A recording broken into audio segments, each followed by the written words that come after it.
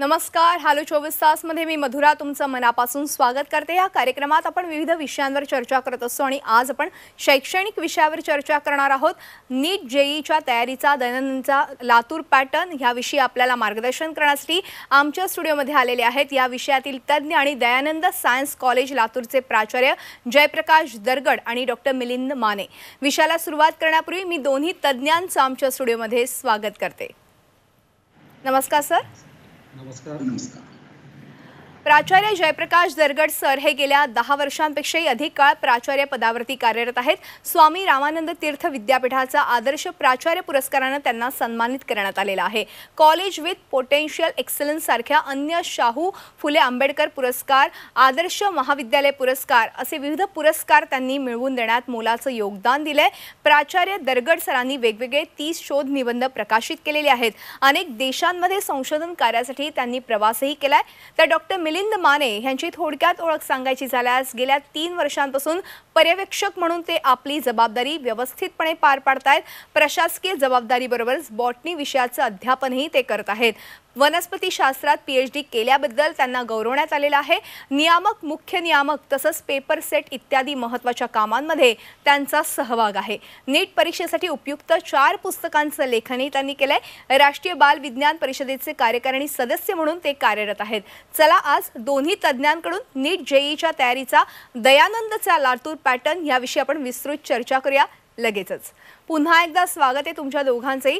सगळ्यात पहिला सर दरगड सरांना मला प्रश्न विचारायचा आहे. आपल्या एकूणच या महाविद्यालयाबद्दल आणि संस्थेबद्दल काय सांगाल? नमस्कार सर्वांना. दयानंद शिक्षण संस्थेची स्थापना 1961 मध्ये झाली. एक प्रदीर्घ 60 वर्षाचा शैक्षणिक अनुभव या संस्थेच्या पाठीमागे आहे आणि आज घडीला महाराष्ट्रातच नव्हे तर देशपातळीवरती एक अग्रगण्य शैक्षणिक संस्था म्हणून नावलौकिक संस्थेने प्राप्त केलेला आपल्या सर्वांना दिसून येतो.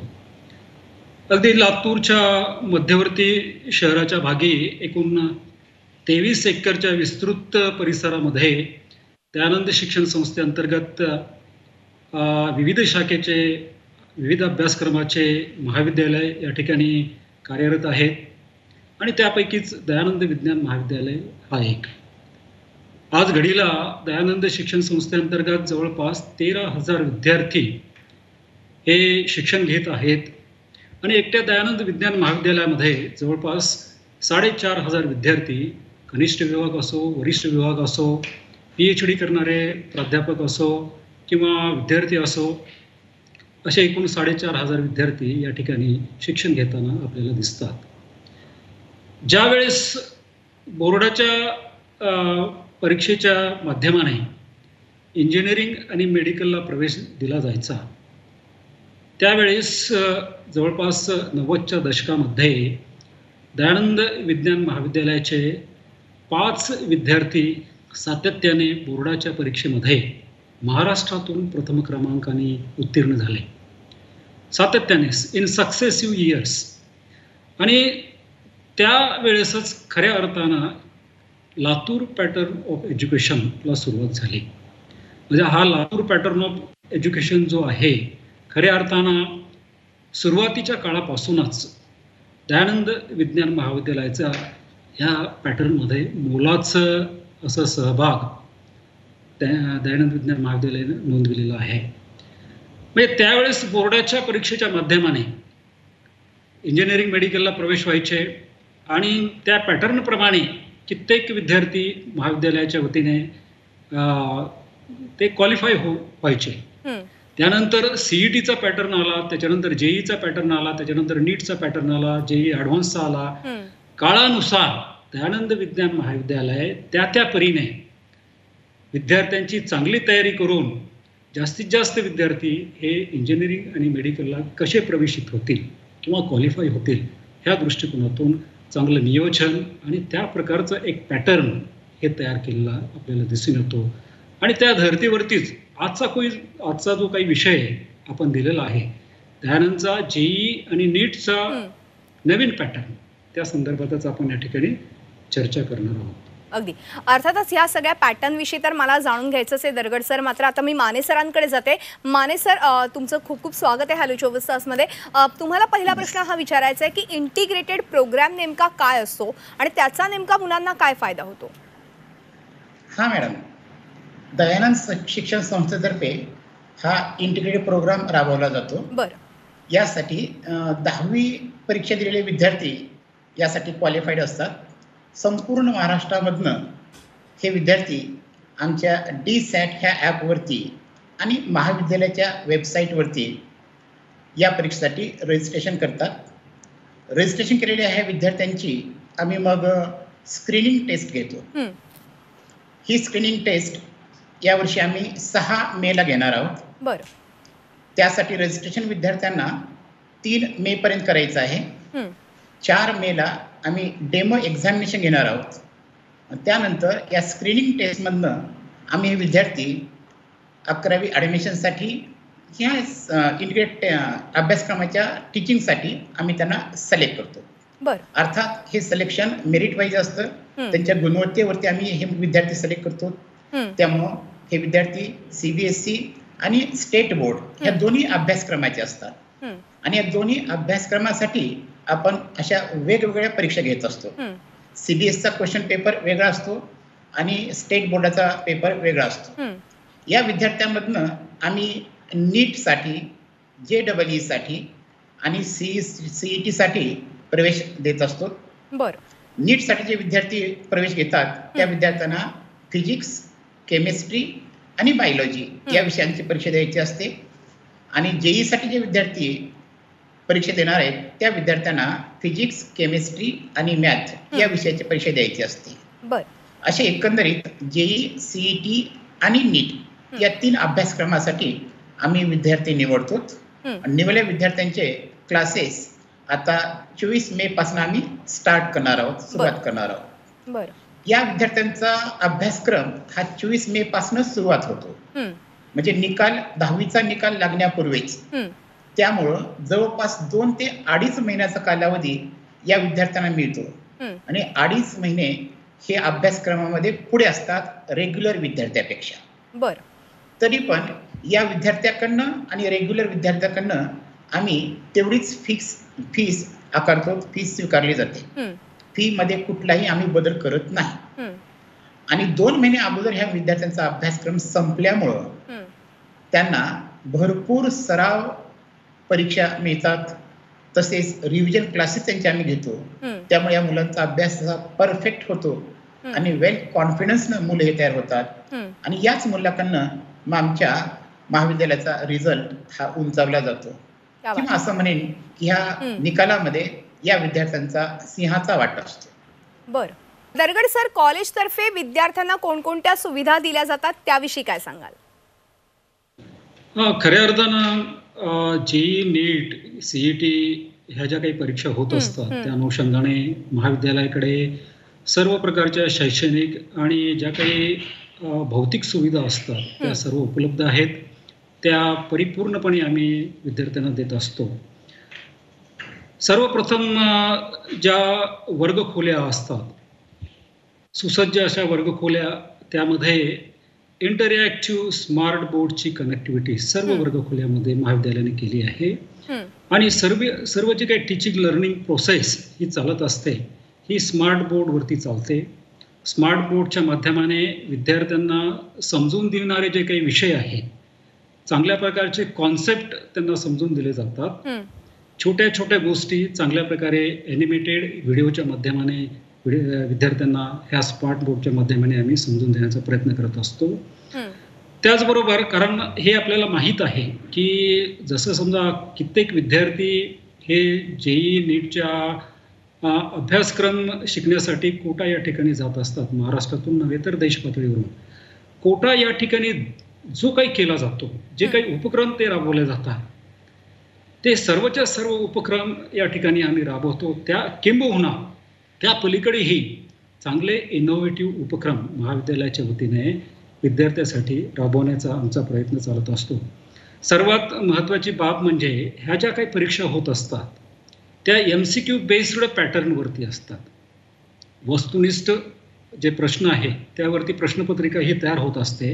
आणि म्हणून वर्गामध्ये जो काही सिलेबस करिक्युलम हा शिकवला जातो त्या करिक्युलमच्या आधारे दर दिवशी जे काही शिकवलेले आर्टिकल्स आहेत त्या आर्टिकल्सवरती MCQ वरती कुठल्या प्रकारचे प्रश्न विचारले जाऊ शकतात आणि तेही JEE आणि नीटच्या क्वालिटीचे चांगले. म्हणजे हे सुरुवातीपासूनच म्हणजे इंटिग्रेटेड प्रोग्राम हा माने सरांनी सांगितला. म्हणजे हे आता SSC होऊन विद्यार्थी बाहेर पडले की लगेचच त्या विद्यार्थ्यांना ह्या ठिकाणी हे कोर्स आम्ही घेत असतो आणि त्या वेळेपासूनच विद्यार्थ्यांची तयारी चांगल्या प्रकारे करून घेण्याचा प्रयत्न. म्हणजे MCQ बेस्ड क्वेश्चन प्रणाली, त्याच्यानंतर MCQ बेस्ड हे वीकली टेस्ट, अशा कित्येक वीकली टेस्ट आणि त्यांना त्याच्यामध्ये प्रॅक्टिसेस झाल्या पाहिजे. हे प्रॅक्टिस हे हा फार महत्त्वाचा आहे. त्या MCQ टेस्टमध्ये जे प्रश्न विद्यार्थ्यांना सोडवता आले नाही ते प्रश्न पुन्हा एक्सपर्ट फॅकल्टीकडून विद्यार्थ्याकडून ते सोडून घेतले जातात. जवळपास 6-7 तासिका ह्या वर्गामध्ये चालत असतात. त्या तासिकेमध्ये काही समजा डिफिकल्टीज अजूनही विद्यार्थ्यांना राहिल्या तर अशा विद्यार्थ्यांचा DSPच्या माध्यमाने डिफिकल्टी सॉल्व्हिंग प्रोग्राम म्हणजे आमच्या महाविद्यालयाच्या प्रांगणामध्येच अशी एक व्यवस्था केली आहे. त्या ठिकाणी जे प्रश्न विद्यार्थ्यांना वर्गामध्ये समजलेले नाहीत अशांना म्हणजे कॉलेज झाल्यानंतर जवळपास 1.5 तास हा प्रोग्राम चालतो. त्या ठिकाणी तज्ज्ञ प्राध्यापकांच्या मार्फत अशा प्रश्नांचे निरासरण हे केलं जात आहे. त्याच्यानंतर विद्यार्थ्यांचे फीडबॅक घेतले जातात प्रत्येक टीचिंग फॅकल्टीच्या संदर्भात किंवा महाविद्यालयामध्ये ज्या काही सोयी सुविधा त्यांना दिलेल्या आहेत. आणि फक्त विद्यार्थ्याचंच नाही तर पालकांनाही ह्या सर्व प्रक्रियेमध्ये आम्ही समाविष्ट करून घेतो. पालकांनाही मेसेजेस पाठवले जातात. विद्यार्थ्यांचा काही जो गुणवत्तेचा आलेख आहे प्रत्येक युनिट टेस्टमध्ये किती मार्क्स मिळाले किंवा त्याचं सर्व काही हे पालकांनाही पाठवत असतो. आणि PROची नेमणूक केलेली आहे, पॅरेंट रिलेशन ऑफिसर. तर प्रत्येक वेळी जे वीक विद्यार्थी आहेत त्यांचंही काउन्सिलिंग PROच्या माध्यमाने केलं जातं. आता काय कारण ह्या परीक्षा ज्या आहेत त्या अवघड असतात, अभ्यासक्रम टफ असतो, विद्यार्थ्यांना ताणतणाव निर्माण होतो. तर तो ताणतणाव निर्माण झालेला तोही कमी करण्याच्या दृष्टिकोनातून वीकली विद्यार्थ्यांना मोटिवेशनल व्याख्याने ही महाविद्यालयाच्या वतीने आम्ही त्याचं आयोजित करत असतो. त्याचंही नियोजन आहे. त्याबरोबरच जे गुणवंत विद्यार्थी आहेत चांगले 93% पुढचे महाविद्यालयाच्या वतीने डिपार्टमेंट ऑफ सायन्स अँड टेक्नॉलॉजीच्या माध्यमाने 5 days इन्स्पायर सायन्स कॅम्प्स हे आयोजन केलं जात आहे. ह्या कॅम्पमध्ये नामवंत देश पातळीवरील विविध सायंटिफिक इन्स्टिट्यूट्स मधून नामवंत शास्त्रज्ञ येतात जे की समजा भटनागर अवॉर्डी आहेत, जे की समजा इंडियन अकॅडमी ऑफ सायन्सेसचे फेलोज आहेत. अशा सर्वांचं मार्गदर्शन फिजिक्स असो, केमिस्ट्री असो, मॅथमॅटिक्स असो किंवा जे काही बेसिक सायन्सेसचे विषय आहेत, अपडेटेड नॉलेज हे विद्यार्थ्यांना दिलं जातं. आणि त्यामुळे म्हणजे या ठिकाणी म्हणजे इंजिनिअरिंग मेडिकल हाच नाही आहे, पुढे चालून विद्यार्थ्यांना शास्त्रज्ञही बनण्याच्या दृष्टिकोनातून त्या प्रकारचं मार्गदर्शन आणि शिक्षण महाविद्यालयामध्ये दिलं जात आहे. आणि जे आता संस्थेने आमची संस्था फार चांगली आहे आणि प्रत्येक मीटिंग्स नीटच्या असो, JEEच्या असो किंवा CETच्या असो हे वारंवार घेतल्या जातात. वीकली मीटिंग्स असतात आणि ह्या वीकली मीटिंग्समध्ये मॅनेजमेंट स्वतःहून सहभागी होते. मॅनेजमेंटचंही मार्गदर्शन असतंय आणि सर्व काही सोयी सुविधा विद्यार्थ्यांच्या दृष्टिकोनातून उपलब्ध करण्यासाठी मॅनेजमेंट ही 100% तत्पर असते. लायब्ररीच्या दृष्टिकोनातून सुसज्ज अशी लायब्ररी आहे. त्यामध्ये स्वतंत्र अशा रिडिंग रूम्स 11वीच्या विद्यार्थ्यासाठी, 12वीच्या विद्यार्थ्यासाठी, इव्हन त्यातल्या त्यात JEEचा अभ्यासक्रम, नीटचा अभ्यासक्रम, CETचा अभ्यासक्रम त्याचे वेगवेगळे सेक्शन्स आहेत, वेगवेगळे कोऑर्डिनेटर्स आहेत आणि सर्व हे कोऑर्डिनेटर्स आपले आपले सेक्शन आणि त्यामध्ये त्या विषयाच्या अभ्यासक्रमाप्रमाणे तज्ज्ञ प्राध्यापक हे शिकवण्याचं कार्य करत असतात. प्राध्यापक हा महत्वाचा घटक बरोबर. कारण सर्वात महत्वाचा घटक म्हणजे प्राध्यापक. तर ऑनलाईन आम्ही इंटरव्ह्यू घेतो प्राध्यापकांच्या. विविध मुंबई असो, हैदराबाद असो, कोटा असो किंवा आकाश, ॲलन किंवा फिडजी ह्या इन्स्टिट्यूटमधून बाहेर निघालेले काही प्राध्यापक आहेत चांगले, त्यांना आम्ही या ठिकाणी बरोबर. चांगल्या दरगड प्रकारचे सर, तुमचे इंटरव्ह्यू. मुद्दे लक्षात आलेले आहेत. कशा पद्धतीनं सुविधा विद्यार्थ्यांना दिल्या जातात, कशा पद्धतीनं शिकवलं जातं, याबद्दलचं सगळं खरं तर दयानंदचा हा लातूर पॅटर्न जो आहे तो फारच उपयुक्त असा आहेच. मात्र मला माने सरांकडून अजून एक महत्त्वाचा प्रश्न जाणून घ्यायचा आहे. इंटिग्रेटेड प्रोग्राममध्ये निवड झालेल्या विद्यार्थ्यांना आपल्या महाविद्यालयात 11वीला प्रवेश मिळतो का, तर त्याविषयी काय सांगाल? हो मॅडम, या विद्यार्थ्यांना निश्चितच आपल्याला 11वीसाठी प्रवेश दिला जातो. कारण हे विद्यार्थी अर्थातच स्कॉलर विद्यार्थी असतात. स्क्रीनिंग टेस्टमध्ये आपण निवड केलेली असते आणि ज्यावेळेस रेग्युलर आपले ऍडमिशन सुरू होतात 10वीचा निकाल लागल्यानंतर, तर त्यावेळेस ह्या विद्यार्थ्यांना त्यांच्या गुणवत्तेनुसार आम्ही प्रवेश देतो. यातले जे गुणवंत विद्यार्थी असतात म्हणजे हायर स्कोरचे विद्यार्थी असतात त्यांना आम्ही ग्रँटमध्ये प्रवेश देतो. ग्रँट तुकडीमध्ये प्रवेश मिळतो त्यांना. आणि जे कमी स्कोअर करणारे विद्यार्थी आहेत त्यांना आम्ही नॉन ग्रँटच्या विनानिर्णय तुकडीमध्ये त्यांना प्रवेश दिला जातो. आणि हे विद्यार्थी दोन्ही तुकडीमध्ये चांगल्या प्रकारे अभ्यास करतात आणि चांगल्या प्रकारे आम्हाला त्यांचा रेस्पॉन्स हा मिळतोच. तसेच ह्या विद्यार्थ्यांना महाविद्यालयातर्फे आम्ही काही सुविधा पुरवठा करतो. त्यामध्ये जेईसाठी जे विद्यार्थी आहेत त्या जेईच्या विद्यार्थ्यांना आमच्या संस्थेतर्फे टॅब हे विनामूल्य पुरवठा केला जातो. आणि ह्या टॅबचा विद्यार्थ्यांना त्यांच्या अभ्यासासाठी खूप चांगला असा उपयोग होतो. यावर्षी आम्ही टॅब दिले, मुलांचा रिस्पॉन्स त्याविषयीचा खूप चांगल्या प्रकारचा आहे. तसेच या विद्यार्थ्यांचा अभ्यासक्रम 2 महिने अगोदर पूर्ण होत असल्यामुळं या मुलामध्ये कॉन्फिडन्स, सेल्फ कॉन्फिडन्स अभ्यासाविषयी असतो आणि विथ कॉन्फिडन्स हे विद्यार्थी येणाऱ्या परीक्षेसाठी काय करतात, अप्लाय होत असतात. त्या परीक्षेसाठी ते सुसज्ज असतात. अगदी. म्हणजे कशा पद्धतीने ह्या खरं तर कॉलेजमध्ये सुविधा दिल्या जातात, कशा पद्धतीने शिकवलं जातं हे तर फार महत्त्वाचं आत्ता तुम्ही सांगितलंच आहे. मतलब दरगड सर, आत्ता आपण पाहतोय की कोरोनाचा हा काळ सुरू आहे, तर अशा प्रकारे ह्या सगळ्या काळामध्ये कॉलेजमध्ये येणं शक्य नाही आहे विद्यार्थ्यांना, तर मग कशा पद्धतीने शिकवलं जातं, कशा पद्धतीने विद्यार्थ्यांना मार्गदर्शन केलं जातं, त्याबद्दल अगदी थोडक्यात काय सांगाल? निश्चितच चांगला प्रश्न मॅडम आपला आहे. आणि ह्या अनुषंगाने ह्या परिस्थितीमध्ये विद्यार्थ्यांचा कुठलाही अभ्यासक्रमामध्ये व्यत्यय येऊ नये, ब्रेक येऊ नये, त्या दृष्टिकोनातून ऑनलाईन टीचिंग लर्निंग प्रोसेस आम्ही सुरू केलेली आहे. अगदी सुरुवातीपासूनच ज्यावेळेस कोरोनाचा प्रादुर्भाव सुरू झाला,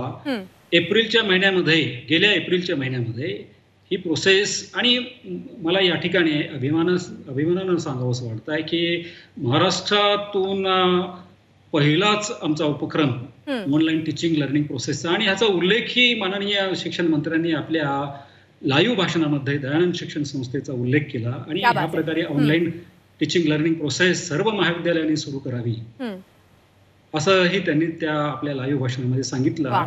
आणि ह्या ऑनलाईन टीचिंग लर्निंग प्रोसेस म्हणजे फक्त व्हिडिओ पाठवणे असं नाही आहे. लाईव्ह विद्यार्थी घरी बसलेले आहेत आणि प्राध्यापक या ठिकाणी स्मार्ट बोर्डवरती शिकवत आहेत महाविद्यालयामध्ये. Face to face interaction. बरोबर. जसं वर्गामध्ये ऑफलाईन शिक्षण चालतो त्याप्रमाणेच विद्यार्थी आपला अँड्रॉइड मोबाईल असो, लॅपटॉप असो, कॉम्प्युटर असो, त्यावरती त्याचं प्रक्षेपण हे चालू असतात.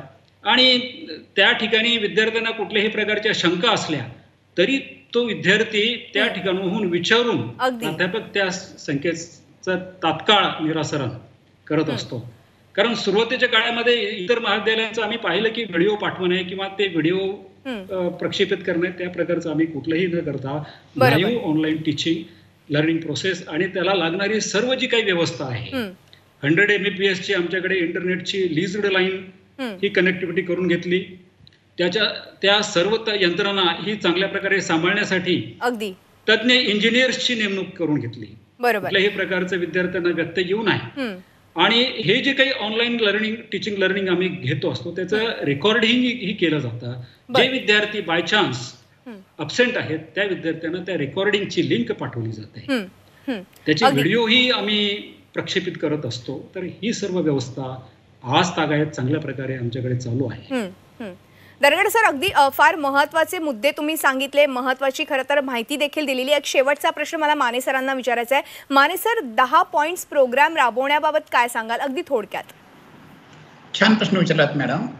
10 पॉइंट प्रोग्राम, 10 कलमी कार्यक्रम आम्ही ज्यांना म्हणतो, यामध्ये आम्ही सर्वात महत्त्वाचा पहिला पॉइंट घेतो तो हा पॉइंट की जे स्टाफ सिलेक्शन आहे आमचं, टीचिंग स्टाफ सिलेक्शन म्हणतो आपण, प्राध्यापकांची निवड. ही प्राध्यापकांची निवड वेल क्वालिफाईड आणि वेल एक्सपिरियन्स्ड स्टाफ आम्ही निवडतो. त्यासाठी आमच्या महाविद्यालयाचे प्राचार्य स्वतः आणि संस्थेचे सचिव हे आणि सब्जेक्ट एक्सपर्ट हे तिघं ऑनलाईन इंटरव्ह्यू घेतात. इंटरव्ह्यू मधनं त्यांचं सिलेक्शन झाल्यानंतर त्यांचा क्लास डेमो होतो. क्लास डेमो मध्ये विद्यार्थ्यांकडून आम्ही फीडबॅक घेतो. जर पॉझिटिव्ह चांगला फीडबॅक त्या प्राध्यापकाचा असेल तरच त्या प्राध्यापकाची निवड आमच्या संस्थेमध्ये त्या विषयी शिकवण्यासाठी होते. दुसरा महत्त्वाचा पॉइंट की फोकस स्टडी जी आहे फोकस्ड स्टडी आमच्या विद्यार्थ्यांसाठी असते. त्यासोबतच आमचा एक्झाम पॅटर्न, हा जो एक्झाम पॅटर्न आहे तो या प्रकारचा: महिन्यातल्या पहिल्या रविवारी त्या आठवड्यात शिकवल्या गेलेल्या अभ्यासक्रमावरती एक परीक्षा होते. त्यानंतर दुसऱ्या रविवारी म्हणजे 15 दिवसात जो काय अभ्यासक्रम शिकवला त्या अभ्यासक्रमावरती परीक्षा होते. तिसऱ्या रविवारी बोर्ड पॅटर्न एक्झाम होते. पहिल्या दोनला आम्ही युटी म्हणतो, युनिट टेस्ट. नंतर तिसरी असते ती बोर्ड पॅटर्नची एक्झाम, डिस्क्रिप्टिव्ह. त्यानंतर चौथ्या रविवारी होते कम्युलेटिव्ह टेस्ट. पूर्ण महिन्याभरामध्ये जो अभ्यासक्रम शिकवला तो त्या ठिकाणी रिवाइज होतो. अगदी म्हणजे माने सर, अशा टप्प्याटप्प्याने खरं तर हा प्रोग्राम राबवला जातो आणि त्याचा विद्यार्थ्यांना फायदा होतो आणि हाच खरं तर एक पॅटर्न आहे की जेणेकरून विद्यार्थी यशस्वी होऊ शकतात. दरगड सर आणि माने सर, तुम्ही दोघंही आलात आणि खूप छान मार्गदर्शन तुमच्या दयानंदच्या लातूर पॅटर्न विषयी दिलं, त्याबद्दल मनपूर्वक आभार. थँक्यू, धन्यवाद. आणि ह्यानंतर हॅलो 24 तासमध्ये आज आपण इथेच थांबतो. तुम्ही पाहत राहा आमचा खास कार्यक्रम हॅलो 24 तास.